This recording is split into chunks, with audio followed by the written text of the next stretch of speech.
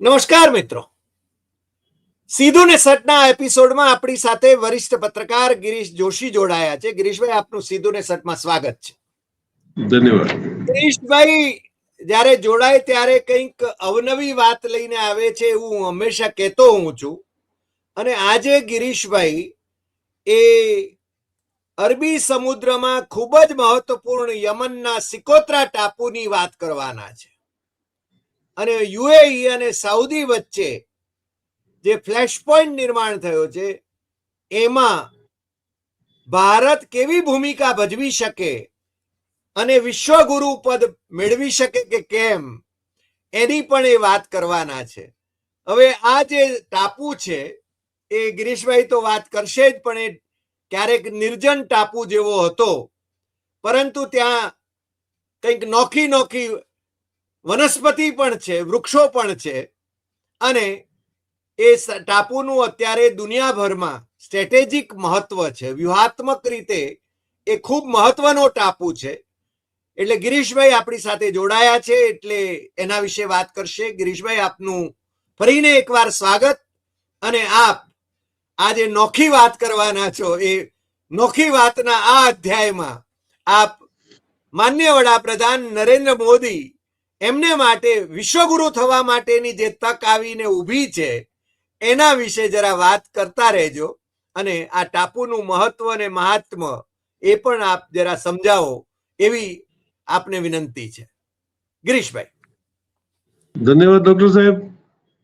આ શોધખોળની શરૂઆત એટલે થઈ કે યુએઈ ના પ્રેસિડેન્ટ મોહમ્મદ બિન સઈદ અલ નયામ હિન્દુસ્તાન 3 કલાક માટે ઓચિંતા આવ્યા અને મોદી સાહેબને બહુ ઉષ્માભરી ભેટ કરી અને પછી વાતો કરી. એમના ભેગું મોટું ડેલિગેશન હતું અને ચાલ્યું ગયું. પણ એના જે ઓફિશિયલ રિપોર્ટ એવા આવ્યા કે જે યુએઈ ના ફાઉન્ડર હતા અલ મખદૂમ, એમણે એક પોતાનો ઇનિશિયેટિવ લીધો હતો, હ્યુમેનિટેરિયન કે માનવતા માટેનો એક ફંડ, કે જ્યાં પણ ડિસ્પ્લેસમેન્ટ થતું હોય કે યુદ્ધ પછીનું જે બધું આપણે ડેવલપમેન્ટ કરવાનું એના માટેના એક એમણે ફંડ ઉભો કર્યો હતો.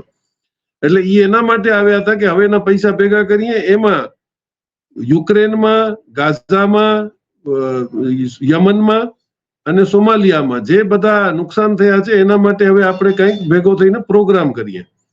હવે એની તમે આખી હિસ્ટ્રી જુઓ ને તો તકલીફ કોને છે? અત્યારે દેશમાં બે શાંતિ ભર્યા જો દુશ્મન હોય તો એ સાઉદી અરેબિયા અને દુબઈ છે. 2020માં ટ્રમ્પે એક સગુફો છોડ્યો હતો કે હું અબ્રાહમ એકોર્ડ કરાવું, એમાં ઇઝરાયલ સાથેના સંબંધો સારા થાય અને ડેવલપમેન્ટ થાય અને ઇઝરાયલ તમને સિક્યુરિટીની ગેરંટી આપે.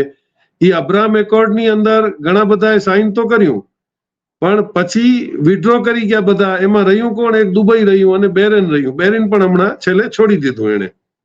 હવે તમે જુઓ તો ઇઝરાયલ સાથેના સંબંધો માટે સૌથી પહેલા જોર્ડને આજથી 20-25 વર્ષ પહેલા એવો કર્યું હતું કે ભાઈ ઇઝરાયલમાં, આપણે જોર્ડનમાં તમે આવી અને ઇન્વેસ્ટમેન્ટ કરો તો તમારે 15% માલ ઇઝરાયલથી લેવાનું. એટલે સૌથી પહેલા શાંતિની શરૂઆત જોર્ડને કરી. પણ પછી જોર્ડનને પણ એની અસલિયત ખબર પડી, એટલે જોર્ડને પણ જોર્ડન એક અજીબ દેશ છે દુનિયામાં. એને એકચ્યુઅલી દેશ કરતા મોટી ધર્મશાળા ખોલી રાખી છે. જેટલા આજુબાજુના દેશમાં રિફ્યુજી ભાગે એ બધા એના ત્યાં પેલેસ્ટાઇનિયન છે, અહીંયા ઇઝરાયલીઓ છે, સિરિયન છે, ખુર્દ છે. પછી કે અહીંયા શાંતિથી રહેવાનું તમારે, હું બધાને દેખભાલ કરી, અહીંયા માથાકૂટ કરવી નહીં. એટલે હવે એ લોકો જોર્ડનને ઘસીટવાની પણ કોશિશમાં હતા. હવે બે ચીજો થઈ કે ટ્રમ્પ સાહેબે જાહેર કર્યું કે હવે હું ગાઝાની અંદર એક પીસ બોર્ડ બનાવું છું, બોર્ડ ઓફ પીસ. હવે બોર્ડ ઓફ પીસ જેવું તમે નક્કી થયું ને, એટલે એને ખબર હતી કે બોર્ડ ઓફ પીસ એક ધ્યાન ભટકાવવાની રીત છે. એમાં સૌથી મોટો મેમ્બર બોર્ડ કોણ છે? એનો જમાઈ શેરદ કુશનર જે છે, એને તો બહુ પહેલા એનું સપનું જોયું હતું કે ગાઝા આખું મને સાફ કરી આપો, હું અહીંયા એક રિવેરો બનાવું છે, દુનિયાનો સૌથી સારો રિવરફ્રન્ટ, સી ફ્રન્ટ બને. એટલે એના જમાઈ માટે થઈને એને લાખો માણસોને માર નાખ્યા અને ખાલી કરાવી દીધું. એટલે હવે એના બોર્ડ ઉપર છે, એટલે આપણે એની નિયત સમજી શકીએ છીએ. હવે એની સામે એને એમ બી ડિક્લેર કર્યું કે યુએન નો જે ફંડ છે હ્યુમેનિટેરિયનનો, એમાં હવે આપણે પૈસા વાપરશું અને એની અંદર આપણે પેલેસ્ટાઇનમાં અહીંયા બધાની એક કમિટી બનાવી બોર્ડની, અને આપણે શાંતિ કરીને હવે અહીંયા ડેવલપમેન્ટ કરશું. એટલે એનું કામ થઈ ગયું. એની સામે તરત જ શેખ એક્ટિવ થયા હવે શેખ એક્ટિવ શું કામ થયા છે એની પાછળના કારણ છે કે સાઉદી અરેબિયા અને દુબઈની વચમાં ઘણા વખતથી 3 જગ્યાએ તકલીફ ચાલે છે. પહેલો છે સુદાન. હવે સુદાનમાં 2016 થી સુદાન એક એવો દેશ છે જેની પાસે દુનિયાનો બીજા નંબરનું સોનું છે. એટલે સુદાનના સોના ઉપરની જે લડાઈ ચાલતી હતી એમાં ચૂપચાપ 2016 થી તો દુબઈ ત્યાંના જે વિદ્રોહીઓ હતા એમના ભેગા થઈને સોનું કાઢતું હતું. પછી જેવું સોનાનું ભાવ વધ્યું એટલે બધાને ખબર પડી કે એક મોટી દુકાન અહીંયા પડી છે એમ. એટલે સાઉદી અરેબિયા ઘૂસ્યું. હવે અહીંયા શું છે કે એક સાઉદીની પોતાની એક આર્મ ફોર્સ છે જેને SAF કહે છે, અને બીજી સામે જે વિદ્રોહીઓ ગુટ છે એની અંદર રેપિડ એક્શન ફોર્સ કહે છે. એટલે SAF અને RAF. હવે RAF જે છે વિદ્રોહીઓ છે એની પાસે સોનાવાળો એરિયાનો કબજો છે. હવે તમે આની જુઓ તો ઘણા વખતથી ચૂપચાપ શું ચાલતું હતું કે જે સુદાનની આર્મી હતી એને મદદ કોણ કરતું હતું? સાઉદી અરેબિયા, ઇજિપ્ત, ઈરાન અને ટર્કી. હવે એ લોકો હથિયાર વેચીને પોતાના કામ કરતા. એની સામે જે વિદ્રોહી સંગઠન છે RAF એને કોણ મદદ કરતું હતું? દુબઈ, એટલે UAE, એરિટ્રિયા, ઇથોપિયા અને રશિયા. રશિયા શાંતિ માટે ઘૂસ્યો કે હું મારો જે એની વેગનાર જે પ્રાઇવેટ આર્મી છે એને આપી હતી કે ભાઈ ત્યાં લડાઈ બંધ કરો, શાંતિ કરો અને ધંધાની વાત કરો. પણ એ આપણે જોયું કે એમાં કોઈ સુદાનમાં શાંતિ થઈ જ નહીં, કારણ કે બધાને સોના ઉપર કબજો લેવો છે. હવે એ હજી ત્યાં પત્યું નહીં હોય ત્યાં તમે જુઓ તો કતર ને એની અંદર બી તકલીફ હતી. પછી ધીરેક રહી અને સાઉદી અરેબિયા એવું નક્કી કર્યું કે દુબઈ જે એક મોટો કોમર્શિયલ હબ હોય તો હું શું કામ ન થાઉં. એટલે ગલ્ફની અંદર જે 2 એરલાઇન્સની મોનોપોલી હતી, એમિરેટ્સ ને ઇતિહાદની, એને તરત જ રિયાદ એર ચાલુ કરી અને એનો કબજો લેવાની કોશિશ કરી. પછી ધીરે ધીરે રિફોર્મિસ્ટ થાય છે. હવે એ નાઇટ લાઈફ અલાવ કરશે, ત્યાં લેડીઝને ટેક્સી અલાવ કરશે, અને એ રિફોર્મ એટલે થાય છે કે હવે એને ખબર છે કે ઓઇલ ઉપરની ડિમાન્ડ જેમ જેમ ઘટતી જાય છે એમ આપણને ઓલ્ટરનેટ બિઝનેસ ગોતવો પડે. એટલે એને દુબઈનો બિઝનેસ પણ ખેંચવો છે. એટલે આ એ લોકોના બેના વેરમાં છે. હવે દુબઈ છે એ અબ્રામ એકોર્ડમાં છે એટલે એ દુશ્મની છે. અને ઈરાન સાથેની જે જ્યાં સુધી પેલી કે ઈરાનથી બચવા માટે આ બધા અબ્રામ એકોર્ડની અંદર જોડાવાનું કર્યું હતું કે અમને ઇઝરાયલ અને અમેરિકા ઈરાનથી બચાવશે. પણ ઈરાને એવી ગુલેલો કાઢી કે હવે બધાને બીક લાગે છે કે એને રહેવા દો, આનાથી બીવાની જરૂર. એટલે હવે સમીકરણો બદલાણા. એટલે હવે જે શાંતિ સ્થાપી રહ્યા છે એની અંદર યમનમાં આપણે જોયું તો યમનમાં પણ ઇનડાયરેક્ટલી છુપાછુપ જે બ્રેક આવે છે એને દુબઈ મદદ કરી રહ્યું હતું. પણ નવેમ્બરમાં વોર્નિંગ આપ્યા પછી સાઉદી અરેબિયા એમ કીધું કે તમે આર્મ્સ મોકલશો તો એમણે એના એરફોર્સે દુબઈની એક આપણે UAEની એક શિપ ઉપર એટેક પણ કર્યો. અને 31 ડિસેમ્બરે દુબઈએ નક્કી કર્યું કે ભાઈ આપણે ત્યાંથી આર્મી વિડ્રો કરી લેવી છે. હવે આ 2 સેટલમેન્ટ ઉપર આવ્યા, પણ હજી એક હડકતો પ્રશ્ન ઉભો છે. એ અરેબિયન સી ની અંદર આ સકોત્રા આઇલેન્ડ છે. સકોત્રા આઇલેન્ડ તમે જો તો એટલો બધો એનું લોજિસ્ટિક ઇમ્પોર્ટન્સ છે કે ઈ જે બેઠું છે ઈ જીબુટી થી 1000 નોટિકલ માઇલ દૂર છે. પણ હવે જે ઈરાને ધમકી આપી કે મારી ઉપર એટેક થયો તો હું તમારા બધા નેવલ બેઝ ને આર્મી બેઝ ઉડાડી દઈશ, તો સૌથી મોટો બેઝ જીબુટીમાં છે. ઇથોપિયા પણ હવે પોતાને રિફોર્મ કરવા માંડ્યો છે. એટલે ઈ ને એરિટ્રિયા ભેગા થઈને સેટલમેન્ટ કરે છે. એટલે અહીંયા પણ હવે અમેરિકા જો કંઈ ફચડું કરવાની કોશિશ કરે થાય એમ નથી. એટલે એને ધીરે કરીને અહીંયાથી વિડ્રો કર્યું છે. પણ સકોત્રાની અંદર દુબઈએ 2020 થી આમ તો 19 થી ચાલુ થઈ ગયા હતા. સકોત્રામાં એને એક એરપોર્ટ બનાવ્યો, એને હોસ્પિટલો બનાવી, એને મકાન બનાવ્યા, અને પછી ત્યાં એને કોમર્શિયલાઇઝ કરી. અને એવી રીતે કે ભાઈ સકોત્રા શું કામ કે દુનિયાભરના માણસો સકોત્રાને જોવા માંગે છે. સકોત્રાની અંદર મેં જે આપણે ઝાડ મોકલ્યો ઈ એને બ્લડ ટ્રી કહે છે. હા, એટલે એ ડ્રેગન બ્લડ ટ્રી જે છે ને એ આખી દુનિયામાં ફક્ત સકોત્રામાં છે. એટલે તમે નાખો ડ્રેગન બ્લડ ટ્રી એટલે તમને સકોત્રાનો ઈ આઇલેન્ડ આવે. હવે આનો ઇમ્પોર્ટન્સ એટલું બધું છે કે આના રેઝિન્સ જે છે એ તમને ફાર્માસ્યુટિકલમાં, બ્યુટી પ્રોડક્ટ્સમાં અને બીજા ઘણી બધી બીમારીઓમાં એની દવાઓ બને છે. હવે એની અંદર ટુરિઝમ વધે નહીં એટલે યમન એમ કીધું કે અમે અમુક 1-2 જણાને અમે ઓલા કરશું કે ભાઈ ઈ લોકો ત્યાં તમારે ટુરિઝમમાં વધારો કરી શકે. પણ હવે જોયું કે એનું સ્ટ્રેટેજિક ઇમ્પોર્ટન્સ વધતું જાય છે. એટલે તમે જો સકોત્રા બિલકુલ 30 નોટિકલ માઇલ છે યમનના બોર્ડરથી. એટલે હુતીઓને જો કંટ્રોલ કરવો હોય તો તમારે સકોત્રા ઉપર હવે બધાની નજર પડી જાય જેમ સુદાનમાં હતી. એટલે હવે સકોત્રા ઉપર લફડું વધે છે. એટલે આ જે વાત કરી રહ્યા છે કે અમેરિકા એક બાજુ પોતાનું સેટલમેન્ટ કરી રહ્યું છે, એની બાજુ હવે દુબઈ અને સાઉદી અરેબિયાને આ લોકો મળી અને પાછો એક નવો ફટડો ઉભો કરે છે. હવે સકોત્રામાં જો કોઈ તમને મદદ કરી શકે તો એ ઇન્ડિયા સિવાય કોઈ નથી, કારણ કે બિલકુલ આપણી સામે પડે છે. હા, આપણી સામે જ બિલકુલ. યમન અને ઇન્ડિયાની સીધી લાઈનમાં કરો એટલે સીધું તમને પેલો સકોત્રા આવે. અને સકોત્રા ટાપુ જે છે એ ઘણા વર્ષ જૂનો છે. સકોત્રામાં અમને યાદ છે કે અમારા મિત્રો જે ત્યારે કચ્છથી યમન ને મસ્કત ને જે વાણ લઈને જતા હતા, એ સકોત્રા એમના માટે એક રેસ્ટ પોઈન્ટ હતું. એટલે એ સકોત્રા બહુ જૂનું ટાપુ છે, પણ હજી સુધી એનો ઇમ્પોર્ટન્સ ની ખબર નથી. પણ હવે જયારે ચાઇના અને યુએસએ અરેબિયન સીમાં અને ઇન્ડિયન ઓશનમાં પોતાનો દબદબો કરવાની કોશિશ કરે છે, ત્યારે સકોત્રાનો ઇમ્પોર્ટન્સ વધ્યો અને હવે પબ્લિકના ધ્યાનમાં આવ્યું. પણ હવે સકોત્રા ઉપર કોણ કબજો લે? પણ છુપાછુપ દુબઈએ ઓલરેડી ત્યાં યુએઈએ સેટલમેન્ટ કરી લીધું છે. હવે સાઉદી અરેબિયાને ત્યાં જવું છે. એટલે જેવું તમે જુઓ કે સાઉદી અરેબિયાએ ટર્કી, પાકિસ્તાન અને ચાઇના સાથે ભાઈબંધી કરી એટલે તરત જ શેખ સાહેબને ભારતમાં આવી, અને કારણ કે હવે એક જ વધ્યો હતો એટલે કે ભાઈ આપણે ઇન્ડિયાથી ભાઈબંધી કરીએ. એટલે આ બી એક આવવાનો હેતુ હોઈ શકે, કારણ કે એમને કોઈ ટ્રસ્ટ માટે પૈસા ઉઘરાવવા માટે શેખને પોતે 3 કલાક આવવાની જરૂર ન પડે. એટલે ઘણા બધા બીજા સેટલમેન્ટ થયા છે. મને લાગે છે મીડિયા નહીં કહેતું હોય, પણ એ બહુ ઇમ્પોર્ટન્ટ છે. આજે નહીં તો કાલે સકોત્રા ઉપર પાછું કંઈ પણ ડિસ્ટર્બન્સ ઊભું થાય, પણ બીજી લડાઈઓમાં નહીં, પણ સકોત્રાની અંદર કંઈ પણ જો સેટલમેન્ટ કરવું, અને એનું કારણ એક છે કે જે સામસામેના છે. આજે તમે જો સાઉદી છે, ઇજિપ્ત છે, ઈરાન છે, ટર્કી મૂકી દો, યુએઈ છે, એરિટ્રિયા છે, ઇથોપિયા છે, રશિયા છે, આ બધા કન્ટ્રી સાથે આપણા સંબંધો સૌથી સારા છે. એટલે શું આના સેટલમેન્ટ માટે આપણને કોઈ મોકો દેવામાં આવ્યો છે? અને જો ઈ દેવામાં આવ્યો છે તો મને લાગે છે ગોલ્ડન ઓપોર્ચ્યુનિટી છે. આપણે એક ઓલો જે નોબેલ પ્રાઇઝની હજી માથાકૂટ કરી રહ્યા છે ટ્રમ્પ સાહેબ, એ લેવાનો મોકો આવ્યો છે. પણ હવે આપણે કેવી રીતે એની અંદર 56 ઇંચની છાતી દેખાડીને કૂદીએ છીએ એ જોવાનું છે. જી પણ ગિરીશભાઈ, આમાં એવું છે કે આપણા સંબંધો તો બધાની સાથે સારા છે, પણ આપણે જયારે તકલીફમાં હોઈએ ત્યારે દુનિયાનો એકેય દેશ આપણી સાથે ઉભો નથી રહ્યો. ઓપરેશન સિંદૂર વખતે એક પણ દેશ દુનિયાનો આપણી સાથે નહોતો. એટલે આ બધાની સાથે આપણા સંબંધો બહુ સારા છે. અને સાહેબ તો બોલી શકતા નથી, ટ્રમ્પભાઈને કહી શકતા નથી, શી જિનપિંગને કહી શકતા નથી, પુતિનભાઈને કહી શકતા નથી, તો આપણે શું ખેલ કરવાના ત્યાં આગળ? જીઓ પોલિટિક્સની અંદર દેશની ઇજ્જત હોય છે, નેતાની નથી હોતી. આજે ઇન્ડિયાની જે કેપેબિલિટી જાણે છે, કારણ કે આજે આપણી ઓઇલ કંપની સાઉદીમાં જઈએ અને બહુ મોટા ઓઇલનો કૂવો ગોતી કાઢ્યો અને એ લોકો કામ કરે છે. એટલે આપણે એનો પૂરું જોઈએ કે તમે ઇનિશિયેટિવ લઈ શકતા હો, અને કાં તમે તમારા એડવાઇઝરોની વાત માનતા હો. પહેલા તો કેવું હતું કે મંત્રી જ રિસ્પોન્સિબલ હતા.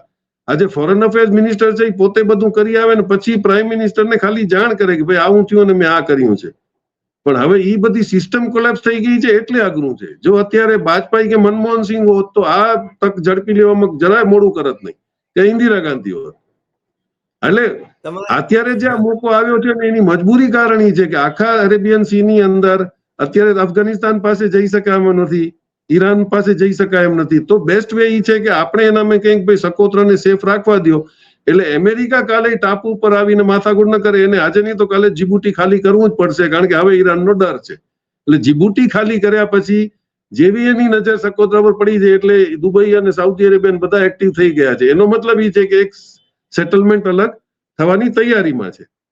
એટલે આ જે જીઓપોલિટિકલ ચેન્જીસ આવી રહ્યા છે એમાં હવે આપણે કેટલો લાભ લઈ અને આપણે પોતાને એસ્ટાબ્લિશ કરી શકીએ છીએ એ જોવાનું છે. બાકી આપે જે વાત કરી કે આપણને સિંદૂરમાં કોઈએ સાથ ના આપ્યો, તો એઝ એ ન્યુટ્રલ તમે જુઓ, આજે ઇન્ડિયા કે એની કોઈ દેશદ્રોહ કે દેશભક્તિની વાત નથી, પણ અમે કર્યું એ સાચું, તમે કર્યું એ ખોટું એવું નથી. આજે ઇનિશિયલી હિસ્ટ્રીમાં બી જુઓ તો બ્રિટિશ ગવર્મેન્ટ વખતે આપણે અહીંયાથી જે ગાંજો મોકલતા હતા, તમે ઓપિયમ વોર ગોતો, ચાઇનીઝ ઓપિયમ વોર, તો ઓપિયમ મોકલીને અંગ્રેજોએ આખા ચાઇનાની જનરેશન બરબાદ કરી હતી. તો પછી ખ્યાલ આવ્યો ને એ લોકોએ બધી શીપો બારી નાખી અને ત્યાંથી એમનો ઉદય થયો. પછી હાલનો તમે દાખલો આપણે બી ડિસ્કસ કર્યો હતો કે ભાઈ જે બેલ્ટ એન્ડ રોડ ઇનિશિયેટિવ બનતું હતું એની અંદર તમે બેલ્ટ એન્ડ રોડ ઇનિશિયેટિવમાં ભાગ નતો લેવાનો, કારણ કે એ વખતે તમારે મુન્દ્રાથી લઈ અને હાઈફા પોર્ટ ઇઝરાયલ સુધીની તમારે એક પેરેલલ લાઈન ચાલુ કરવી હતી, દેખાડવું હતું કે અમે બડુકા છીએ. ત્યાં હાઈફા પોર્ટ ઉડી ગયું. એટલે હવે ઈ જે રસ્તો બંધ થયો, અને ગ્વાદરનું આપણે ડિસ્કશન કર્યું કે હવે ગ્વાદરમાં અને ચાબારમાં બેમાં ચાઇના આવીને બેસી ગયો ને એનો બીઆરઆઈ કનેક્ટ થઈ ગયો, એટલે હવે એને દરિયા રસ્તે પણ બહુ મોટી ગરજ નથી. એટલે આપણે જે કર્યું એ વખતે એનો એક દાખલો બહુ લોકલ મીડિયાએ જાહેર ન કર્યો. નેપાળમાં એક લિંબુગીની કરીને એક પોર્ટ છે, જે જગ્યાએ બુદ્ધ જન્મ્યા હતા એમનું એ જન્મ સ્થળ છે અને બહુ ટુરિઝમ માટેનું એક ઇમ્પોર્ટન્ટ સ્થળ છે. અહીંયા આપણે આપણા સાધુ લઈ જઈને ત્યાં આપણે રામકથા કરાવી અને હનુમાનની સ્થાપના કરવા માંગતા હતા. એટલે આપણે કરીએ સાચું. આજે નેપાળ જો કંઈ કરે છે તો એ નેપાળનો પ્રેરોગેટિવ છે. આજે ઈ દેશમાં શું કરે છે પણ એને આપણે ત્યાં એનું ન વધે. પછી જે સારામાં સારો ખર્ચો કરીને ઇન્ટરનેશનલ એરપોર્ટ ચાઇનાએ બનાવી આપ્યું હતું, આપણે એની એર સ્પેસ બંધ કરી નાખી, એટલે એનું ટુરિઝમ વાળો સેક્ટર પી ડલ થયો. એટલે પછી આપણે કહીએ કે અમે કરીએ પણ તમે કઈ કરશો તો અમે રોવા માંડશું, તો એ પદ્ધતિ સારી નથી. અને આજે તમે જોઈ રહ્યા છો કે તમે સેન્કશન ને લાલ આંખની ને છોટે આંખ વાલે ગણપતિને કરતા હતા, એનો નતીજો શું થયો? આજે તમે વિયેટનામ, હોંગકોંગ એ લોકોની તમે જીડીપી જોઈ લો, કારણ કે જે અમેરિકાથી ઇન્ડસ્ટ્રીઓ ભાગતી હતી એ ડાયરેક્ટ ઇન્ડિયામાં આવવાની બદલીમાં એ લોકો વિયેટનામ ને હોંગકોંગ ને અહીંયા ચાલી ગઈ. એટલે આપણે કેટલો, એટલે કીધું કે આ છેલ્લો એક મોકો છે સારો કે જો કદાચ તમે સંબંધ સુધારી શકો. હવે એની અંદર નવો એક ફચડો બી આવ્યો છે કે મોરેશિયસ પાસે એક ડિએગો ગ્રાસિયા કરીને એક ટાપુ છે. એ ટાપુ ઇંગ્લેન્ડ પાસે હતું 99 વર્ષ માટે, અને એની ઉપર અમેરિકાને પરમિશન આપી અને એ લોકોએ મોટી એર સ્ટ્રીપ બનાવી, ત્યાં એના B2 બોમ્બર આવી ઉતરી શકે, ત્યાં એ લોકોએ ટાંકીઓ બનાવી ઓઇલની. એટલે બહુ મોટો એક સેન્ટર આપણને કંટ્રોલ કરવા બનાવ્યો હતો. હવે જેવો ટ્રમ્પ સાહેબે ધમકાવ્યા યુરોપિયન યુનિયનને, તો ઓલાએ 2 દિવસમાં નક્કી કરી નાખી કે તો અમે મોરેશિયસને એ ટાપુ પાછો આપી દઈએ છીએ. આ સમીકરણો બદલાય છે. એટલે અત્યાર સુધી એવું નક્કી હતું ને, જો અમેરિકા અહીંયા આવીને બેસે તો 110% તો આપણો કદાચ આનો ચકોતરનું ઇમ્પોર્ટન્સ ખતમ થઈ જાય. પણ હવે જેવો ઈ ટાપુ એની પાસે નથી એટલે આનું ઇમ્પોર્ટન્સ વધ્યું.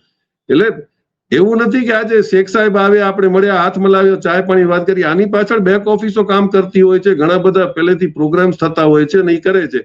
એટલે મારું એવું માનવું છે કે અત્યારે આ સારો મોકો છે. એમણે 100% ડિસ્કસ કર્યું હશે કે હવે જે સુદાનને પતવા આવ્યું તો ચકોદર પર અમેરિકા કેવી રીતે પણ કબજો ન કરે એના માટે શું કરવું છે, કદાચ એનું બી ડિસ્કશન એમણે કર્યું હોય અને એમાં આપણે મદદ કરી શકીએ એવી પરિસ્થિતિમાં છીએ. જી એટલે તક આપણી પાસે છે જો આપણે નિર્ણય કરવાની તૈયારી ધરાવતા હોઈએ તો. પણ અત્યારે ઈરાન એ આ મિડલ ઈસ્ટના બધા દેશો જે છે એમાં અમેરિકી અડ્ડાઓ ઉપર ત્રાટકવાની જ્યારે તૈયારી કરી રહ્યું હોય, જો ટ્રમ્પભાઈ છે ને ઈરાનને ધમકાવતા હોય ને ઈરાન સામે એમને આ બધા સૈનિકી અડ્ડાઓ જે અમેરિકાના ત્યાં છે, ના તો બિચારા બાપડાઓ છે, અત્યારે તો ઓશિયાળા છે અમેરિકાના એ લોકો, તો એ સંજોગોની અંદર શું પરિસ્થિતિ નિર્માણ થાય ઈરાન જો ત્રાટકે તો? એટલે ઈરાન ઉપર તમે અત્યારે જોઈ લો ફરક શું પડ્યો કે જેવું એને કીધું કે આજે રાતના હું ઈરાન ઉપર સૌથી મોટો એટેક કરવા જઈ રહ્યો છું, પણ એની મજબૂરી છે કે એના પ્લેન ઈરાન ઉપર એટેક કર્યા પછી પાછા રિફિલિંગ વગર જઈ શકે નહીં. એટલે દૂર આવવું હોય તો એ કાં તો મિસાઇલ મારે, મિસાઇલમાં માસ્ટરી ઈરાનની તમારા કરતા વધારે છે. આજે એને જ પોતાનો રંગ ઇઝરાયલને દેખાડી દીધું કે મિસાઇલો કેવી બને ને કેમ મરાય. એટલે મિસાઇલનો વોર અટકી રહ્યો. હવે જો એને પ્લેન મોકલીને પાછો લાવવો હોય તો ગયે ફેરે એ લોકોને એરસ્પેસ સાઉદી અરેબિયા અને કતરે આપ્યું હતું, આ ફેરે એ લોકો ના પાડી દીધી. કારણ કે એને એમ કીધું કે ભાઈ જે એને મદદ કરશે હું એને પણ ત્રાટકીશ, અને એ ખબર છે કે જો ઈરાનને ત્રાટકવું હોય તો એ પથ્થરો મારે તો એ લોકોના ઓઇલના કુવા ઉપર પડે એમ છે. એટલે તરત જ એ બદલાણું અને પછી તરત જ સાહેબને હું શું છું કે ના તો હું 25% ડ્યુટી લગાડું છું એમ. એટલે મારે ટાંગડી તો ઊંચી રાખવી છે પણ એમ દેખાડો. હવે 25% કેટલા સક્સેસફુલ થાય છે એના ચક્કરમાં તમારા યુરોપિયન યુનિયન તમારાથી ભાગી ગયા. એટલે હું આ લઈ લઉં, હવે તે લઈ લઉં. પણ જ્યાં શાંતિનો પ્રયાસ થઈ રહ્યો છે ને, જો આપણે એમ સમજતા હોય કે આપણે શાંતિની વાત કરવા માંગીએ છીએ તો આપણી પાસે આ મોકો છે કે ભાઈ તમે અરેબિયન સી ની અંદર આપણો નેવલ અને કોસ્ટગાર્ડનો રેગ્યુલર ત્યાં હોય છે ને આપણા જે કમાન્ડોઝ છે એ તો ત્યાં બહુ ફેમસ છે. આજે અમારા જે વાણવાડાની કહેતા કે એ લોકોના બોલા ફરતા હોય જે પાયરેટ્સ યમનના ને ચાંચિયાઓ, એને ખાલી ઇન્ડિયાની ફ્લેગની શિપ દેખાય ને તો મારા બેટા ગુમ થઈ જાય કે, કારણ કે અમેરિકન તો શું છે પાછો લો ફોલો કરે, વોર્નિંગ આપે ને આપણા વાળા ઠોકી દેતા હતા. એટલે એ એમને ખબર છે કે ભાઈ ઇન્ડિયન શિપ આવે ભાગે. એટલે એવું નથી કે આપણામાં કેપેસિટી નથી, પણ એનો આપણે ઉપયોગ કરી અને આજે આપણે ખાતરી આપી શકતા હોઈએ કે ભાઈ શકો તો તમે મૂકી દો, અમે બેટા છીએ, અમે જોઈ લેશું કોણ આવે. તો આ એક બહુ મોટો ઓપોર્ચ્યુનિટી છે. જી ગિરીશભાઈ, તમે બહુ જ સાચી વાત કરી કે આ બહુ જ મોટી ઓપોર્ચ્યુનિટી ભારત માટે આવી ચૂકી છે.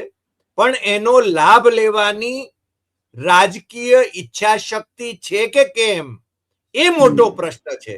નરેન્દ્ર મોદીની સરકારમાં એ હિંમત છે કે કેમ, કારણ કે એમાં જોખમો પણ રહેલા છે. અને અમેરિકાને પાછી લાલ આંખ બતાડવાની વાત, ચીનને તો લાલ આંખ બતાડી નહીં શક્યા, પણ અમેરિકાને લાલ આંખ બતાડવાની વાત આવતી હોય તો એમના માટે કેટલી મુશ્કેલી ઊભી થાય એ પણ પાછો પ્રશ્ન છે.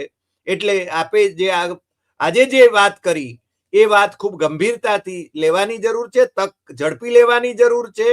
અને ભારતીય લશ્કરી દળો એ જ્યારે કોઈ મદદ લેવા માટે આવે તો એને મદદ પૂરી પાડવા માટે સક્ષમ છે. આપણે બે હાથે એમને સલામ કરીએ છીએ, આપણા લશ્કરી દળોને. પણ રાજકીય ઈચ્છા શક્તિ ખૂબ મહત્વની છે. આજે આટલી વાત, ફરી મળીશું નવા એપિસોડમાં નવા વિષય સાથે. ગિરીશભાઈ, આપ અમારી સાથે જોડાયા અને કંઈક નોખી વાત લઈને આવ્યા, એ બદલ આપનો ખૂબ ખૂબ આભાર. ફરી પાછા મળીશું. નમસ્કાર.